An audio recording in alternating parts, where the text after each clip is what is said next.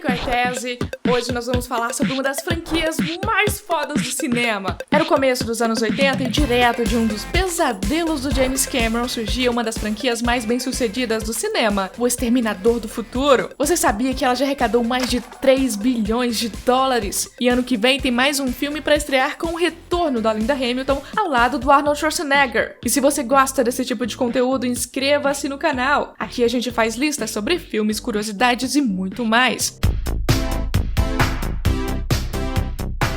Essa é a segunda vez que eu tô gravando esse vídeo. Eu tive que sair lá fora pra atender os correios, claro que é uma coisa ótima. Sempre bom receber coisa de grátis. E é claro, esse aqui é paixão gigante. Tudo começou no começo dos anos 80, quando o James estava trabalhando num filminho chamado Piranhas 2. Sim, a vergonha era tão grande que o cara tirou completamente do currículo. Ele odiava tanto esse filme que não quer saber de nenhum crédito nele. Tanto que O Exterminador do Futuro é o primeiro filme dele, pelo menos tecnicamente. Imagine que você tá editando até tarde, pega no sono e sonha com robôs assassinos que depois de uma explosão saem com metade do corpo se arrastando e vindo em sua direção. Esse foi o pesadelo que originou tudo. Assim que o cara acordou, ele colocou a ideia em prática. E se isso fosse um filme? E foi assim que O Exterminador do Futuro nasceu. Mas espera aí que a gente vai contar um pouco mais sobre essa história. Então ele contratou um amigo pra ajudar a escrever o roteiro. Depois vem a produtora fodástica do mundo do entretenimento, a Gale Anne Hurd. Ela recebeu créditos como uma co-escritora do roteiro. Mas o James fala que ela não escreveu nada não. Mas o mais interessante dessa história é que ela viria a se casar com o James e depois se divorciar. O cara vendeu os direitos do Exterminador do Futuro por $1 pra mulher. $1. É por isso que toda vez que você assistir um filme do Exterminador do Futuro, você vai ver produzido por Gale Anne Hurd. Quando James foi apresentar para o estúdio, ele com seu amigo Lance Henriksen, que viria a interpretar o Bishop em Aliens, bolaram a seguinte estratégia. O Lance se vestiu daquela jaquetona de couro, as botas de couro, as botas de cano alto, não sei. Enfim, ele se vestiu de exterminador, derrubou a porta do produtor enquanto o James fazia a sua apresentação da ideia. Adivinha? O cara gostou demais e já liberou a grana pra produzir o filme. Você nunca imaginaria que ouviria a seguinte frase: Conan versus Exterminador. O primeiro grande papel do Arnold foi Conan, o Bárbaro, em 1982. Nessa mesma época, o James estava se preparando, se programando para trabalhar no filme. É aí que surge o Dino De Laurentiis, o produtor, dono da porra toda do Conan. E aí ele diz que o Arnold não pode fazer isso enquanto ele não terminar Conan o Destruidor. Por causa disso, a produção ficou atrasada. E aí, o que o James fez? Ele resolveu continuar trabalhando e usar esse tempo para escrever 2 roteiros.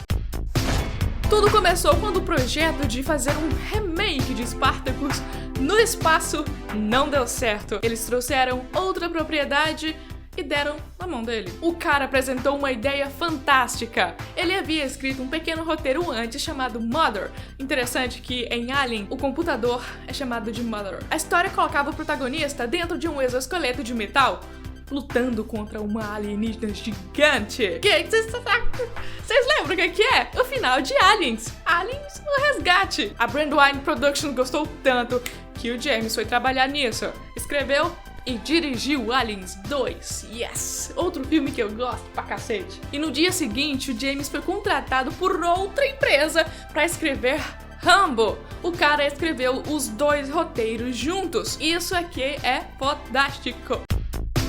O James queria o Dick Smith pra fazer os efeitos especiais do filme, mas deixa eu explicar aqui quem é esse Dick.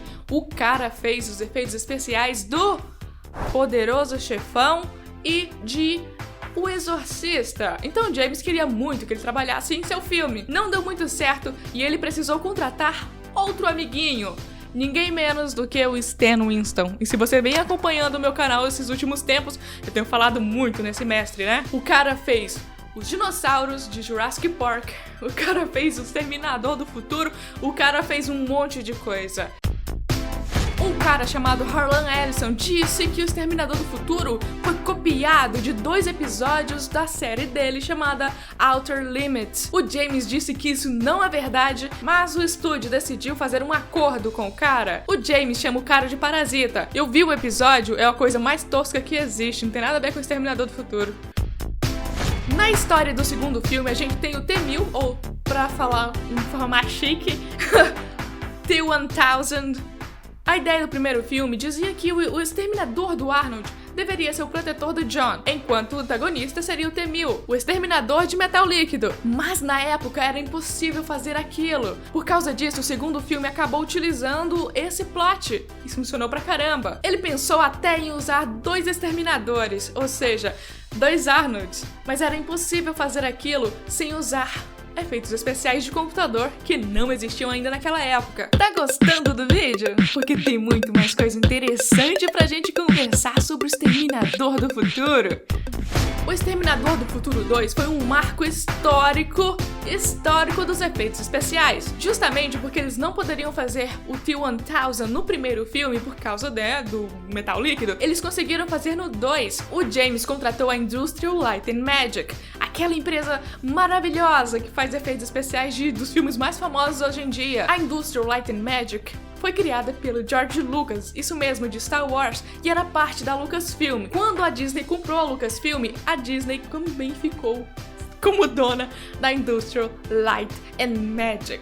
E ela fez os efeitos especiais brilhantes, literalmente brilhantes, do T-1000. Era a primeira vez que eles usavam CGI para animar aquilo tudo, em parceria com o Stan Winston. O Stan Winston fazia a parte prática, enquanto a Industrial Light and Magic fazia essa parte mais digital. Um cara chamado John Knoll, junto com seu irmão, conseguiu fazer isso tudo nos efeitos especiais. Um cara chamado John Knoll e seu irmão conseguiram fazer um programa que permitia que eles fizessem os efeitos especiais no computador do T-1000. Esse programa viria a ser o Photoshop. O processo de encontrar o ator perfeito para interpretar o seu personagem pode demorar um pouquinho. Depois da produção testar centenas de garotos pro papel do John Connor pequeno, acabou que a diretora de elenco, Marley Flynn, decidiu encontrar de outra maneira o ator. Ela foi a uma escola e acabou encontrando, por acaso, um garotinho de boca suja.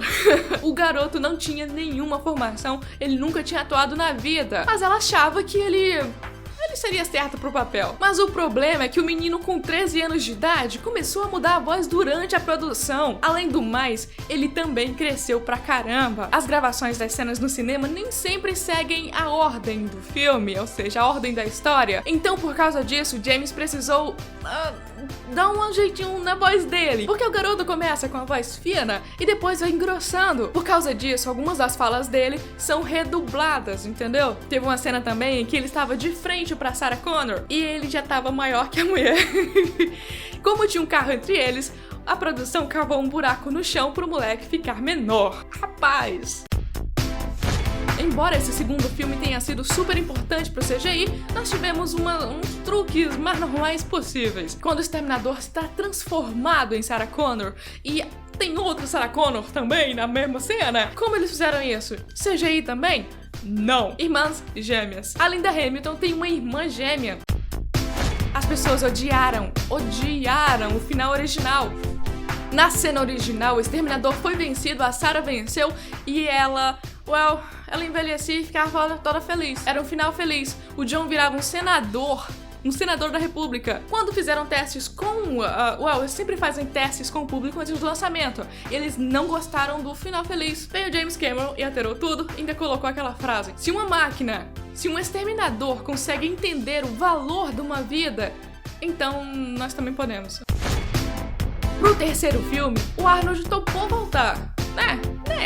Mas ao preço de 29 milhões e 20% de tudo que vender do Exterminador. O cara deu muito certo na vida.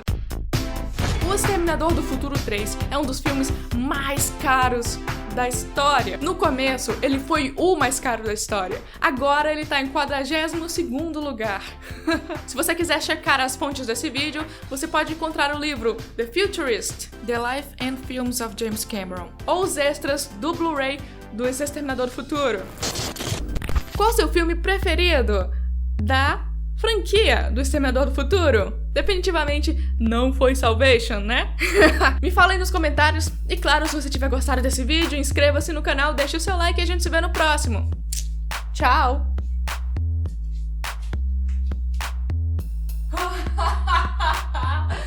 Muito bom! A câmera desligou bem na